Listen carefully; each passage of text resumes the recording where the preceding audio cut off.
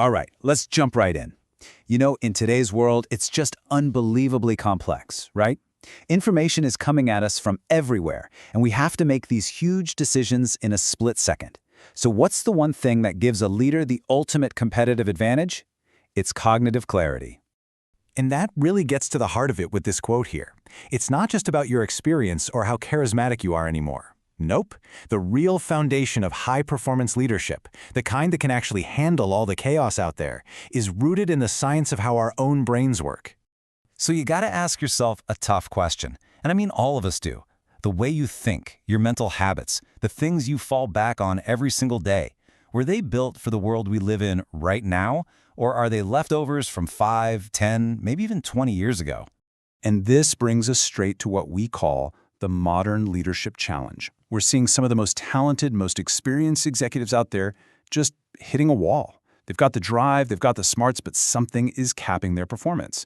And more often than not, it's their own outdated thinking habits. So let's look at how this happens. It's like a chain reaction, really. It all starts with data ubiquity. That's just the constant fire hose of information we're all drinking from.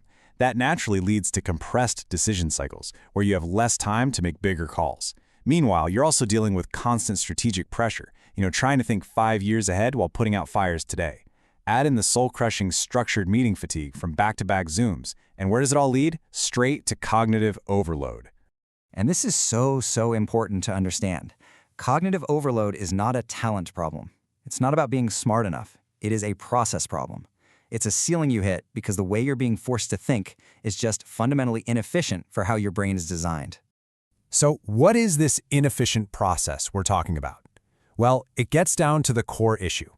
There is a huge mismatch between how the business world communicates and how your brain actually works. This is it. This is the aha moment. Your brain does not think in bullet points. I mean, just think about it. Every PowerPoint, every report, pretty much every email is just a long linear list. But that is not your brain's native language. Not even close. And this chart just lays it out perfectly. On the left, you've got the old way, the legacy way, relying on rigid text, focusing on isolated bullet points. And what's the result? Information gets stuck in silos, and you get cognitive friction. It feels hard. But look to the right. The neural optimized strategy taps into your brain's natural ability to see patterns and connections using visuals. The result? You get comprehensive meaning and way sharper execution. It just clicks. So the answer here isn't to just work harder or longer. It's about upgrading your mental operating system. We're talking about moving past vague soft skills and into the concrete science of cognitive performance. And let's be really clear here. This is not your typical soft skills seminar, the kind that offers some inspiration and general advice. No, cognitive performance training is a rigorous technical upgrade. It's based in science and gives you specific frameworks you can literally start using tomorrow. So what does this upgrade actually give you? Well, it's like getting a whole new toolkit for your mind. You suddenly have the ability to synthesize massive complexity into a single clear picture. You can stay calm and poised under intense pressure. You can build innovation into your team's DNA, actually remember the insights you have, and communicate your ideas with total clarity. Okay, so that's the new toolkit, but what does it actually do?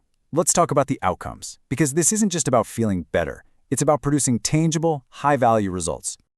Now this right here, this is a huge shift in perspective.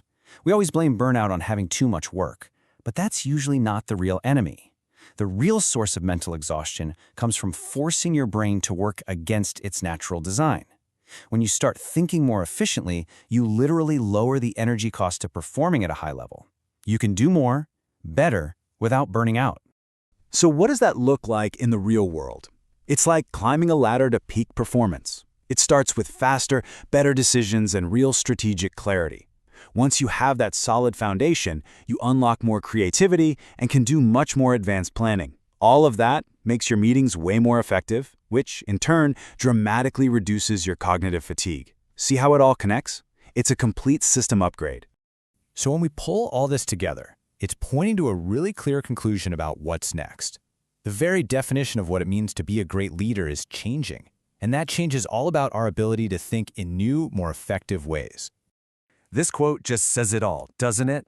The old way of measuring success, who worked the most hours, who showed the most brute force effort, that's becoming obsolete. The future belongs to the leaders who can think with a level of efficiency and sophistication that actually matches the complexity of the world around them. And so, we'll leave you with this one last question to really think about. In a world that's only going to get faster, that's only going to get more complex, is the way you and your team are thinking today truly ready for the challenges of tomorrow? Is your thinking future-proofed?